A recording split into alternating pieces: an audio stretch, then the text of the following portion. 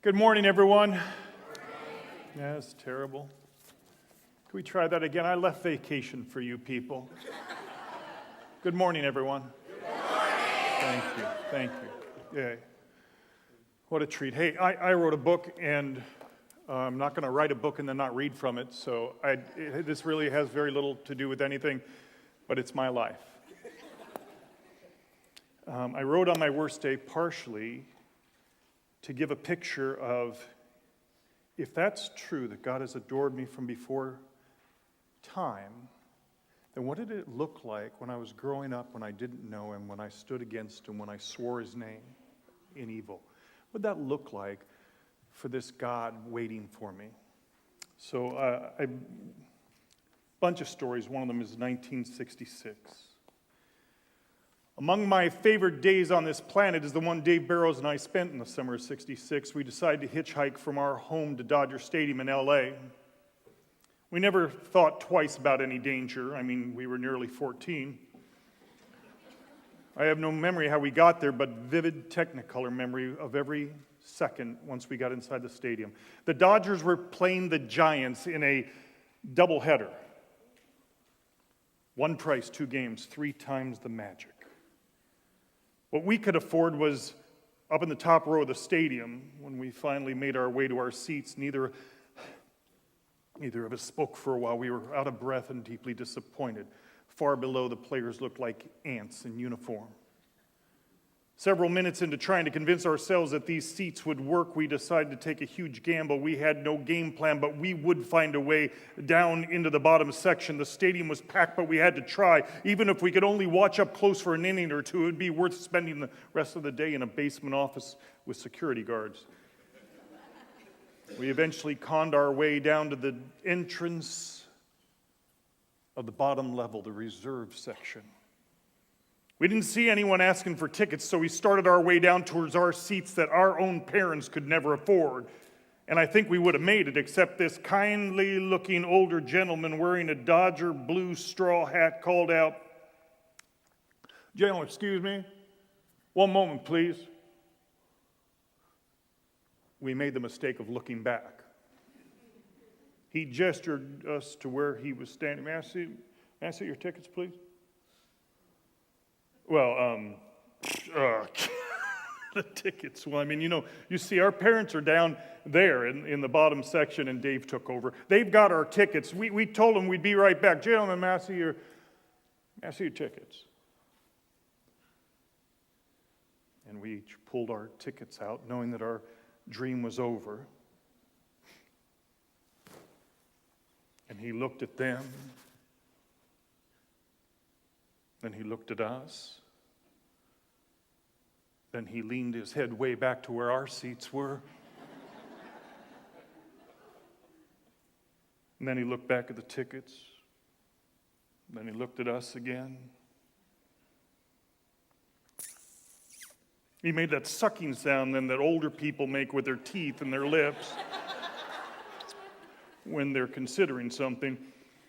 He mumbled to himself and then very seriously said, "Gentlemen, follow me." And we did.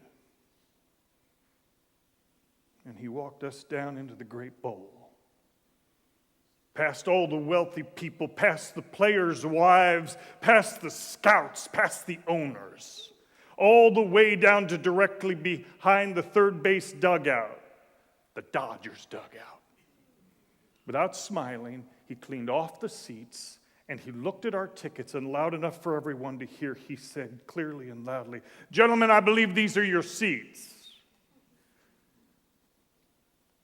By the time we sat down and stared and realized what had happened, we turned around and he was gone. Whew. We watched a doubleheader from where God sits when he watches the Dodgers play. Koufax pitched one of the games. Sandy freaking Koufax. Maury Wills stole a base. Willie Davis dove to make a one-handed catch in center. We bought Dodger dogs and frozen malts. It was bright, a sunny California summer day. We took off our shirts and swung them over our heads. We cheered like drunken sailors on leave. We listened to our hero, Vin Scully, echoing from transistor radios throughout the stadium. We called out names of the players, and they'd wave back at us. Wes Parker, he tipped his hat to us. We chased down foul balls. They were truly 6 of the finest hours of my entire life. Afterwards, we waited and got autographs from Willie Davis and Bill Singer and Al Ferrara. For 13 plus years, life had been methodically teaching me that the actual event never meets the anticipated expectation. But this day, man, it exceeded all anticipation. The only thing keeping it from being more perfect was the setting sun, setting us onto the freeway on-ramp and back into our normal lives. And looking back, I imagine God saying to me, John, I do not know who is happier this day, you or me. I've seen this one coming for a long time. I lined up Koufax to pitch for you. That was no small feat. He was scheduled to face Marshall on Sunday. I had to give Claude Osteen a stiff shoulder so Walt Alston would be forced to move up Koufax a day. I know you've already discovered that much of life is not as spectacular or satisfying as the anticipation. I've watched this break your heart. It will actually serve to draw you to me. I've built into you a longing for a world that does not disappoint. Today, I only want to see you enjoying this life as completely as your being can hold. I love you, kid. I love you so much. I can't wait till we get to meet. In the meantime, most of the day today is going to be fine. You're going to throw a couple of no-hitters in high school. Your girlfriend, oh man, she is going to be prettier than Petula Clark. And I got a trip planned for you where you and a friend drive up the coast to San Francisco in your dad's Chevy Nova during college spring break. On that trip, I'm going to have your car break down near Santa Barbara because I want you to get acquainted with it. You're going to live on the beach there a lot in Isla Vista during your wandering years. If you're going to run from me, you might as well live in a nice area.